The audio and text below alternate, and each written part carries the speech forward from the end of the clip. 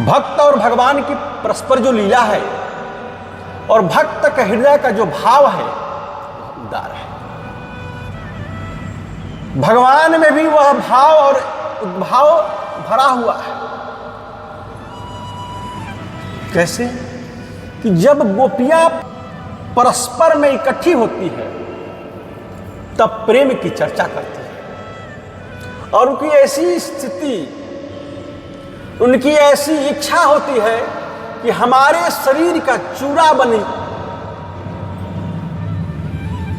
कि हमारे शरीर का चूरा बना लिया जाए, उसके ऊपर भगवान लेटे तो हम मुग्ध हो जाए। और से लकड़ी काटने पर जो लकड़ियों के कण झड़ते हैं उसे चूरा कहते हैं। और चंदन का चूरा आटे के समान महीन होता है। शंका होती है कि जब शरीर का चूरा बन जाएगा तो उस चूरे में जान तो रहेगी नहीं, मुग्ध कौन होगा। किंतु उनका भाव यह है कि उस चूरे के अंदर भी हमारी जान कायम रहेगी। कि एक समय की बात है कि नारद जी भगवान के परम धाम को गए थे और यहां परम धाम का मतलब होता है द्वारिकापुरी। भगवान श्री कृष्ण उस समय द्वारिकापुरी में वास करते थे। नारद जी जाकर पूछा कि प्रभु, आपको सबसे बढ़कर प्रिय कौन है, आपका सबसे बढ़कर प्रेमी कौन है और सबसे बढ़कर आपकी भक्ति का। उन्होंने कहा कि गोपियों की नारद जी को यह बात जची नहीं। अंदर उस दिन नारद जी पुनः आए, भगवान लेटे हुए थे। नारद जी ने कहा कि आप आज ऐसे पलंग पर क्यों सो रहे हैं। भगवान श्री कृष्ण बोले हमारी अंगुली में चोट लग गई। नारद जी कहा महाराज इस घाव की जल्दी पूर्ति कैसी होगी। भगवान बोले कि यह प्रेमी भक्त के खून में पट्टी भिगोकर और इस पर लपेटी जाए तो जल्दी आराम हो जाए। नारद जी ने कहा कि अच्छा महाराज, इसके लिए मैं चेष्टा कर रहा हूं। कृष्ण बोले जरूर करना चाहिए। और इसके बाद संसार में जितने भक्त कहलाते थे उनके पास नारद जी गए और बोले कि भक्त जी भगवान की अंगुली में चोट लग गई है और उसके औषधि के रूप में भक्तों के खून की बड़ी आवश्यकता है। यदि अपना खून दे दे तो उसमें पट्टी भिगोकर भगवान की अंगुली पर बांध दिया जाए जिससे वे अच्छे हो जाएंगे। उन्होंने कहा कि नारद जी बात तो ठीक है, किंतु हम ऐसे भक्त नहीं हैं जिससे हमारे खून की पट्टी भगवान को आराम हो जाए।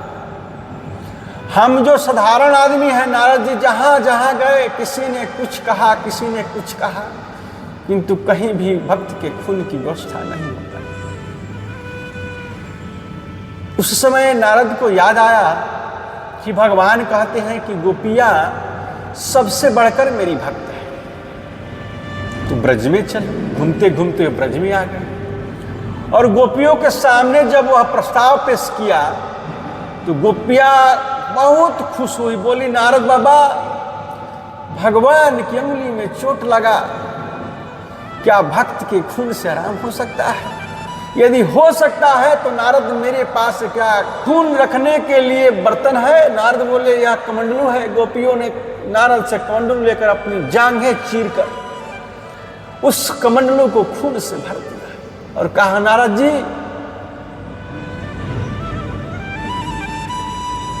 हम में ऐसी भक्ति तो नहीं है, पर हमारा खून यदि भगवान के काम आ जाए तो हमारा जीवन सफल हो जाए।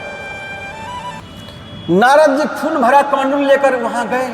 भगवान ने पूछा नारद जी इतना खून कहां से लाया? यह तुम्हें कहां मिला, कैसे मिला? नारद जी बोले महाराज मैं बहुत भटका पर कहीं खून नहीं मिला। यह खून गोपियों के पास मिला। मैंने जब उनसे खून की बात की तो उन्होंने बड़े हर्ष के साथ हंसते हंसते अपने जंघा काट कर खून देना आरंभ कर दिया। जिससे मेरा कौंडल्य भर गया। भगवान ने कहा नारद, अब तुम्हारे समझ में आ गया कि सबसे बढ़कर हमारी भक्ति किसमें है। नारद ने कहा महाराज, अब मेरे समझ में आ गया है। जब आपने कहा था कि सबसे बढ़कर गोपियां हमारी भक्त है, तब तो समझ में नहीं आया था महाराज। लेकिन जब भक्त का खून लेने के लिए मैं यहां से निकला, तो जहां भी गया वहीं सूखा जवाब मिला, किसी ने नहीं दिया।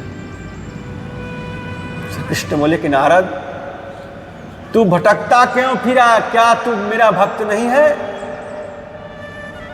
तुमको यह बात नहीं सूझी कि मैं क्यों भटकूं? इनकी अंगुली में चोट लगी है तो अभी अपनी जान काटकर अपना खून दे दो। जैसे गोपियों ने दिया, तुम भी तो दे सकते थे। नारद बोले, हाँ महाराज, यह बात उस समय मेरे हृदय में नहीं आई।